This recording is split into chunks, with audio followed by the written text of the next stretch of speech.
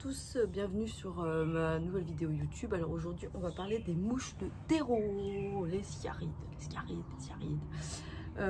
parce qu'en été vous allez en avoir beaucoup, ce qui est tout à fait normal puisque vous allez conserver un petit peu votre terreau beaucoup plus humide que habituel en automne ou en hiver où vous laissez sécher beaucoup plus. Là vous allez arroser un petit peu plus à toque de bloc, donc vous allez forcément attirer les mouches qui sont en pleine période de reproduction. Donc du coup voilà, les mouches vont atterrir chez vous, ce qui est tout à fait normal lorsque vous utilisez des substrats très riches qui sont assez humifères, très riches en matière organique comme la racée intermédiaire, ou même très riche en tourbe de sphaigne, voilà, tout ce qui est humifère, c'est-à-dire que c'est des substrats organiques, on va dire, qui se décomposent, qui forment de l'humus après, qui est très bien pour la plante, des magnifiques plantes avec ça. Mais par contre, vous attirez des nuisibles. Donc les mouches de terreau en font partie. Donc voilà, je commence à avoir un petit peu une avalanche de mouches de terreau du côté d'Instagram. C'est pour ça que j'ai décidé d'en faire une vidéo YouTube. En ce qui concerne les mouches de terreau, on va pas faire la classification de cet insecte, mais en gros la mouche en elle-même, adulte, elle n'est pas dangereuse. Je dirais, elle n'est pas dangereuse pour votre plante. Enfin, partie des familles des diptères, ça suce pas forcément votre plante. Par contre, ce sont les larves qui sont dangereuses, puisque les larves, en fait, elles vont bouffer les poils absorbants de vos racines. Donc, on va dire, elles boulottent les racines des plantes, tout simplement. Elles adorent les poils radiculaires des racines, donc elles adorent manger ça. Donc en fait ce qui se passe, c'est que votre plante, elle n'a plus de quoi se nourrir, et donc du coup elle ne peut plus pomper l'eau. Donc en gros voilà, la principale nuisance des sciarides, c'est une affection au niveau des racines. De plus, le fait qu'elles fassent plein de micro-plaies au niveau de ces racines font que souvent ça entraîne une pourriture racinaire. Je vous l'ai dit à chaque fois, lorsque vous faites des portes d'entrée au niveau des racines, qu'est-ce qui se passe? Généralement, elles pourrissent. Et lorsqu'elles pourrissent, c'est comme une gangrène, ça s'installe, ça remonte et ça peut remonter jusqu'au tronc. Donc voilà, finalement, ça part de pas grand-chose, comme d'habitude. Et ensuite, ça s'étend et ça devient catastrophique si on ne gère pas assez vite. Alors aujourd'hui, moi je vais vous parler plus ou moins des moyens de lutte que vous pouvez mettre en place, que ce soit du préventif ou du curatif. Je ne vous parlerai pas forcément de ce que moi je fais, puisque moi j'en ai très peu, puisque au niveau préventif, je laisse énormément sécher mon substrat, donc rien que ça, j'utilise des lampes à UV, donc du coup rien que ça en fait ça me suffit. Parfois il m'arrive de passer sur du curatif, mais type des produits chimiques, mais c'est vraiment extrêmement rare. Moi je préfère passer au rempotage vu que je rempote très régulièrement mes plantes, mais voilà, on abordera ça un petit peu plus loin. En ce qui concerne les mouches, sachez qu'elles ont un cycle de ponte très rapide, puisque normalement un adulte ça vit plus ou moins une semaine, et qu'en gros ils peuvent vous faire entre 300 et 400 œufs sur les 6 semaines. Voilà, ça vous donne une idée de la population exponentielle. Donc en gros c'est pire que des lapins. Une fois que vous commencez à en avoir, et ben il y en a beaucoup. Surtout dans les substrats, vous voyez des mouches volter partout, et puis ça fait vraiment, c'est assez insupportable pour les gens qui ne supportent pas avoir des mouches partout chez eux, ce que je peux tout à fait concevoir. Donc du coup voilà, je vais vous proposer quelques moyens de lutte. On va commencer déjà par, ah oui, alors sachez aussi que plus vous gardez humide, plus vous avez des conditions idéales, plus ce cycle se raccourcit. Donc au lieu d'avoir un cycle de 6 semaines de reproduction pour les larves, donc c'est-à-dire normalement il faut 6 semaines pour une larve pour devenir adulte, ça va encore plus vite. Donc ça veut dire que la larve, une fois devenue adulte, elle va repondre, elle va s'accoupler, elle va repondre, et au début vous en aviez, je sais pas, 3-4, vous allez passer à 200 000 en moins de 2 semaines quoi. C'est ce qui se passe, hein, je vous assure, avec les mouches de terreau. Alors, on va commencer par les moyens de lutte préventif. Alors, le préventif, ça commence par quoi? Moi, je vous l'ai dit, je fais partie de la team assez chaud. Donc, j'utilise énormément des substrats organiques, des substrats très riches. Donc, du coup, voilà, j'ai commencé par avoir des mouches comme tout le monde. Moi, le paillage et le séchage, ça me suffit largement. C'est-à-dire que je paille avec du substrat, pas du sable. Les aracées n'aiment pas le sable, voilà, ça je vous le dis. Les aracées, elles ont des poils absorbants au niveau radiculaire, vraiment des petits poils tout fins qui viennent absorber l'humidité, mais elles n'aiment pas être étouffées. Donc voilà, si vous collez du sable dessus, au fur et à mesure des arrosages, vous allez avoir le sable en fait qui va se compacter, qui va descendre et qui va juste s'agglutiner au niveau des racines et ça va asphyxier vos racines. C'est possible sur certaines plantes, mais alors les aracées, ce sont des épiphytes, semi-épiphytes, vous oubliez. Même les alocasias qui ne sont pas forcément des épiphytes, semi-épiphytes, je vous expliquerai pourquoi c'est pas bien pour elles. Mais généralement, tout ce qui est tropical, ça n'aime pas beaucoup le sable. Donc du coup, essayez de taper dans du paillage de type poreux, donc c'est-à-dire pas dangereux pour les racines puisqu'elles laissent passer de l'air pour que la racine puisse respirer, même si ça vient s'agglutiner sur ses racines. Moi j'utilise du substrat technique pour plantes d'aquarium, enfin substrat technique je vais un petit peu loin, mais c'est du substrat pour plantes d'aquarium, moi c'est le Dark Manodo, je paille sur 2-3 cm avec ça et ça me suffit. J'ai vu beaucoup sur mes terreaux type 50% tourbe de Sveigne avec 50% pouzzolane, j'ai eu énormément de mouches de terreau avec ça et j'en ai beaucoup moins en aracée intermédiaire alors que j'ai de la Sveigne. Bref, donc du coup j'ai paillé avec ce substrat et ça a très bien fonctionné, j'en ai plus eu. Du coup voilà. Donc, vous pouvez utiliser ça. De toute façon, je vais vous mettre à côté les produits que j'utilise ou voilà ce que vous pouvez utiliser en règle générale. C'est pas parce que je vous mets une marque, par contre, qu'il faut forcément prendre celle-ci. Moi, c'est celui de JB, le Dark Manodo, mais vous pouvez en prendre un autre à partir du moment où c'est pour les plantes d'aquarium. Allez-y, c'est pas un souci. Donc, c'est-à-dire que vraiment, c'est pour l'enracinement des plantes d'aquarium. Donc, c'est assez poreux généralement. Donc moi je pense ça, et c'est assez fin. Il faut vraiment un truc fin pour empêcher la mouche d'aller pondre dedans. Donc en fait, qu'est-ce que vous faites en paillant? Vous empêchez juste les adultes d'aller pondre dans le terreau et les larves qui sont dedans, si vous en aviez, elles peuvent pas ressortir et continuer le cycle. Donc elles vont, oui, boulotter les racines en attendant, mais en attendant, là, vous avez un peu cassé le cycle. Donc rien que ça, parfois, c'est suffisant. Ensuite, en préventif, vous pouvez continuer avec les pièges. Alors les pièges, il y en a de différents types. Vous avez les pièges jaunes, classiques que tout le monde voit partout, sous forme de papillons, sous forme de fleurs, enfin bref, ou les moches dégueulasses rectangulaires. Ça marche très bien. Alors comment c'est quoi le principe? C'est de la glu tout simplement. C'est un peu comme les pièges à mouches là qu'on déroule. Et il y a un truc qui les attire dessus et elles viennent s'agglutiner dessus. Vous tuez juste les adultes, c'est-à-dire pour pas qu'ils viennent repondre. Donc là, c'est des pièges à adultes, ce n'est pas des pièges à larves. Les larves, elles vont pas aller grimper du terreau pour aller s'agglutiner sur le piège. Donc laissez tomber. Il faudra les traiter différemment si vous en avez dedans. Donc pour les adultes, vous avez soit les petits pièges jaunes qui sont destinés aux mouches de terreau, soit vous avez les pièges bleus qui fonctionnent très bien chez les mouches de terreau, mais qui fonctionnent aussi du côté des trips. Donc voilà, ça c'est les pièges collants. Vous avez aussi d'autres types de pièges, donc les pièges à phéromones fonctionnent aussi, ça c'est pour le côté jardinier amateur, pour la mouche à fruits et tout ça, ça fonctionne aussi sur la mouche de terreau. La mouche de terreau elle est attirée par tout ce qui est sucré en fait. Et donc du coup elle va rentrer dedans. Bon, vous n'êtes pas non plus sur une culture maraîchère, donc du coup normalement les bandes, le paillage, ça suffit généralement, sauf si vous avez une infestation géante. Donc du coup là va falloir peut-être passer sur d'autres trucs en plus. On continue, vous pouvez continuer avec des pièges do it yourself. Donc sur les pièges, vous pouvez mettre du miel dedans. Donc toujours des pains de soucoupe un petit peu dispatchés. Ça fait dégueulasse, hein, je vous avoue. Hein. Des espèces de petites soucoupes dispatchées avec du miel dedans et de l'eau. Donc avec un peu de liquide vaisselle pour les tuer, donc du pec citron, on déteste ça, elle meurt avec le pec citron. Donc c'est pas versé sur la plante, hein, je veux pas voir ça. C'est vraiment des pièges que vous devez placer tout autour de vos pots en fait, un petit peu partout. Donc ça va les attirer, ça va les faire, vous allez voir, les soucoupes vont se remplir de mouches qui vont se noyer dedans. Ça marche très bien.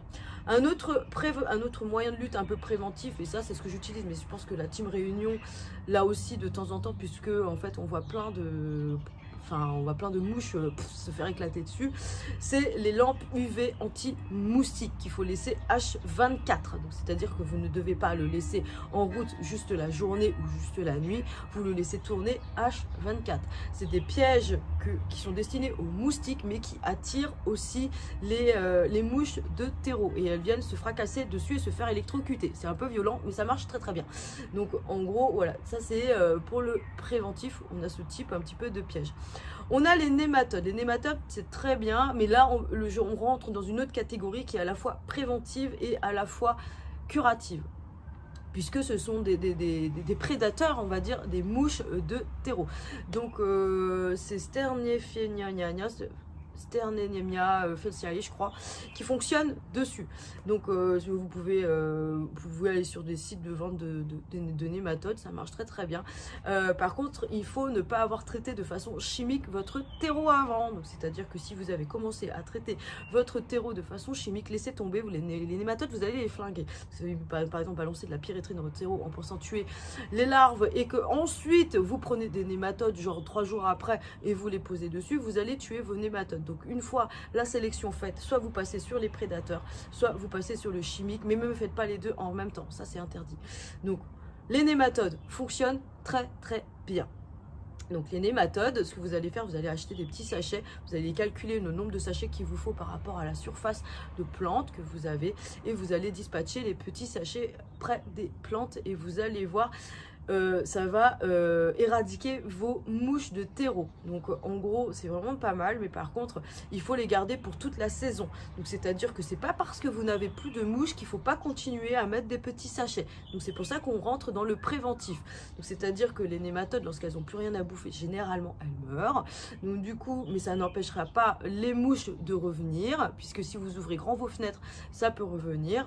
Donc du coup c'est pour ça, moi je vous conseille de ne jamais lâcher l'affaire et que même si c'est une histoire de saisonnalité, c'est-à-dire que vraiment l'été il y en a, vous gardez vos substrats humides, c'est tout, c'est comme ça. Donc continuez, même si vous en avez plus, à mettre des sachets de nématodes. Voilà, c'est vraiment le b.a.-ba, hein, il ne faut pas lâcher en fait, hein. C'est d'une lutte organique. Donc du coup, si vous voulez être efficace, continuez à mettre tous les mois, toutes les semaines, comme dans les recommandations du sachet, des nématodes. Ça marche très bien, d'excellents retours dessus. Des gens qui luttaient contre la mouche de terreau et c'est juste ça qui a fonctionné. Donc voilà. Ensuite, on a la version chimique. Alors là, il y a plein de moyens de lutte. Aussi, je vous l'ai dit, moi je suis pas là pour faire l'apologie de l'organique ou du chimique, je suis juste là pour vous dire ce qui existe sur le marché et sur quoi vous avez accès, ce que vous pouvez utiliser ou pas. Juste utiliser en bonne connaissance de cause, lisez bien les recommandations du fabricant derrière, en sachant que comme c'est du chimique, il peut toujours y avoir des dégâts sur des plantes, comme l'organique fonctionne, l'organique ou les prédateurs fonctionnent, mais par contre il leur faut du temps déjà pour éclore, se reproduire, commencer à boulotter les machins. Ça va pas se faire en 2 temps 3 mouvements en fait, donc il faut être patient. Et donc si l'infestation est géante, je pense que les nématodes, vous pouvez très bien aller dessus, hein. Si vraiment l'infestation elle est gigantesque, vous pouvez commencer par traiter par du chimique, attendre les 3 semaines de latence, comme quoi vous ne pouvez plus rien faire, donc plus traiter, et ensuite basculer sur des nématodes. C'est pas interdit, c'est vraiment pas interdit. Peut-être ça va faire friser les cheveux, mais je vous assure que le switch, il doit être... vous pouvez faire un switch en fait. Donc si vous voulez quitter le chimique, il vous faut un temps où vous avez lessivé, nettoyé tout votre substrat avant. Et surtout, pour pas que ce soit dangereux pour vos nématodes, vous n'allez pas les flinguer, vous allez être contre-productif en fait. Donc du coup voilà, ça c'était pour la partie curative. En sachant que pour les produits que vous pouvez utiliser, donc il existe la pyréthrine, ça je vous en ai déjà parlé. La pyréthrine, vous pouvez avoir accès en jardinerie, elle est vendue soit sous forme de spray, soit sous forme, ça dépend des concentrations, soit sous forme de produits déjà concentrés.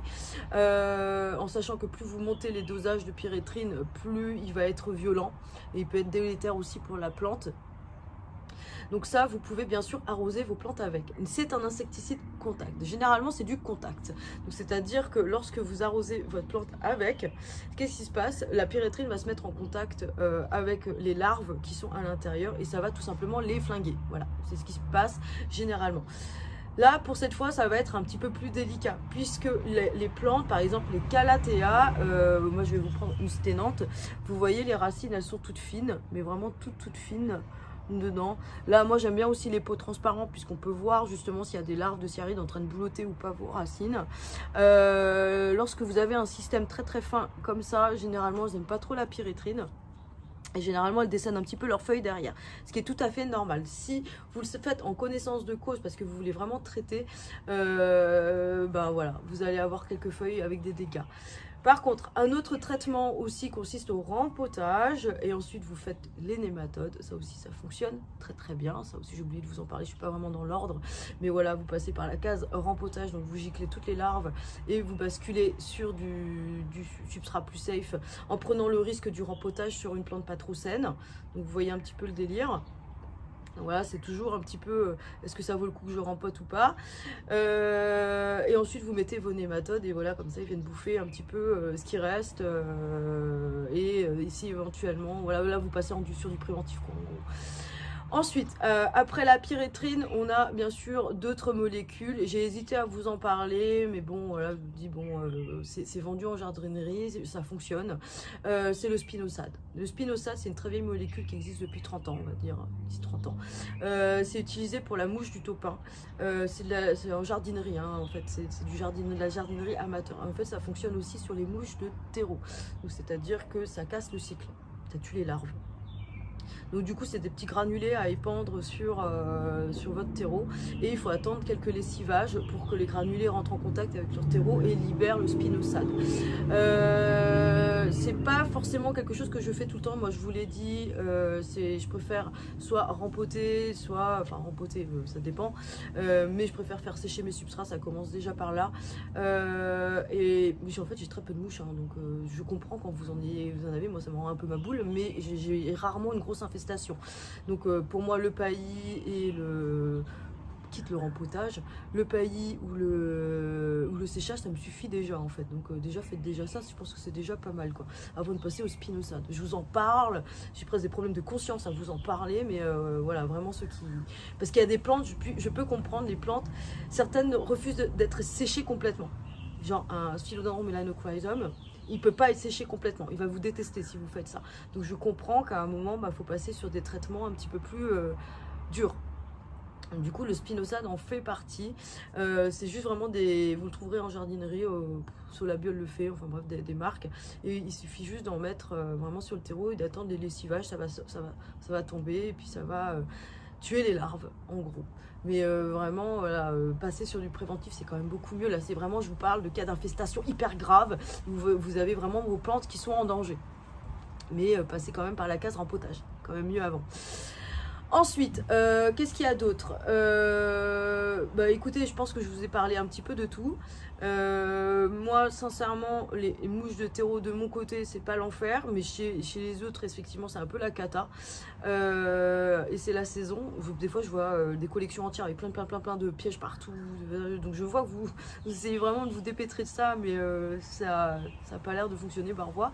Certaines plantes en attirent plus que d'autres, mais vraiment certaines plantes.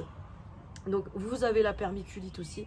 Donc si vous voulez rempoter une plante qui est vraiment en grand danger, donc vraiment elle a commencé à avoir les racines qui pourrissaient et tout ça, vous voyez qu'elle ne repartira pas, vous avez la solution permiculite. Il y a des plantes vraiment comme les calathea, les alocasia, les colocasia. Celles-ci, vous ne pouvez pas les laisser sécher complètement, c'est sûr. Donc du coup, celles-ci, elles sont beaucoup plus à risque. Les anthuriums, certains philodendrons, comme je vous l'ai dit, le mélano. Donc eux, bien sûr, c'est des plantes à risque. Vraiment des plantes à risque. Donc celles-ci, effectivement, si vraiment c'est trop tard, vous n'avez pas réussi à intervenir très vite et vous voyez vraiment des dégâts au niveau des racines, au niveau des feuilles, c'est-à-dire elle ne boit plus. Ça, c'est le premier réflexe chez une plante, c'est qu'elle ne boit plus, comme si elle rentrait en végétation. Et le substrat ne sèche plus. Donc ça c'est l'avantage des larves en fait, hein. Ça veut dire qu'elles tuent les racines, la plante elle boit plus, elles sont encore plus contentes parce que non seulement elles ont le garde-manger, mais en plus le terreau ne sèche plus. Donc c'est encore plus top pour elles. Donc si voilà, il faudra penser à dépoter et basculer en permiculite. Donc ça veut dire que là vous passez en vermiculite, perlite 50-50 et vous allez voir la vidéo comment sauver ces plantes en permiculite. en gros, comment faire. Mais voilà, vous rebasculez en permiculite, le temps du sauvetage de la plante, vous avez un substrat qui est 100% minéral, un petit peu plus safe. Je sais que les mouches, elles n'aiment pas pondre dans du substrat minéral. Bah oui, c'est pas humifère. Donc du coup, déjà là, vous avez cassé une étape. Donc inutile de pailler votre truc. Je sais que les adultes, ils viendront pas pondre. Par contre, voilà, vous pouvez toujours avoir un petit peu des larves, mais normalement, vous en avez pas si vous avez bien lavé. Donc du coup, ça permettra à la plante de se refaire une santé, généralement. Et ensuite, si vous continuez vraiment à avoir des mouches, vous devez rempoter votre plante. Et ben, mettez votre plante avec un paillage, tout simplement. Protégez votre plante, tout simplement. Ensuite, j'ai vu des trucs un petit peu débiles sur Instagram. Ne faites jamais ça. Jamais, jamais, jamais. C'est un peu la vidéo que je voulais faire sur les mythes horticoles, la version 2. Je ne l'ai pas faite encore. C'est mettre des trucs sucrés dans votre eau. Jamais. Jamais vous ne mettez du sirop, du miel, je sais pas, des trucs comme ça dans votre terreau. Pourquoi? Parce que si on l'utilise en tant que piège, vous allez pas mettre ça dedans, quoi. Il y en a, ils utilisent ça comme en engrais, je vous assure.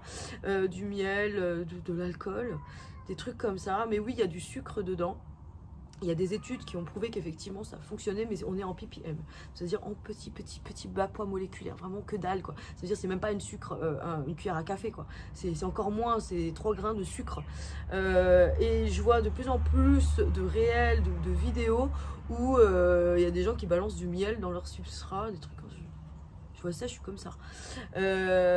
Pourquoi? Parce que ça attire les mouches. Ça attire les mouches et elles vont en pondre dedans. Donc là, voilà, prenez les bonnes habitudes. Les engrais, c'est pas le sucre. Les engrais, c'est ce qu'on utilise généralement. C'est du vrai NPK. Donc soit de l'organique, soit du chimique. Mais les trucs do it yourself, à un moment, il faut arrêter. Il faut rester sur du truc normal. C'est-à-dire des trucs qui sont testés, qui sont approuvés, qui sont validés par la communauté scientifique, qui vous mettent ça sur le marché. Donc le miel, c'est pas fait pour. Le miel, le sucre, l'alcool. Ça peut... Enfin bref, moi ça me fait péter un câble. Donc du coup, pas de ça dans les substrats. C'est niette. Vous allez vraiment avoir une colonie, une invasion de mouches de terreau. Donc niette si vous voulez pas ça. Donc voilà, sur ce, voilà, je voulais terminer là-dessus. Ça me semblait important au cas où vous serez tombé sur un réel et vous auriez eu envie de le faire. Donc non, pas de trucs comme ça dans les substrats, faites-en des pièges, ça marche très bien les pièges à côté, vous ne mettez pas en danger la plante, même avec le pec citron, vous mettez, c'est acide le pec citron, mais qu'est-ce que vous voulez mettre du pec citron dans les substrats, quoi? C'est des pH acides, c'est des trucs de lessive, enfin mettez des pièges, faites les pièges, mais jetez pas ça dans les substrats, c'est pas fait pour. Donc du coup, voilà, faites des pièges avec ça, mais pas dans les plantes. Voilà. Sur ce, je vous fais des énormes bisous et je vous dis à bientôt pour la prochaine vidéo YouTube.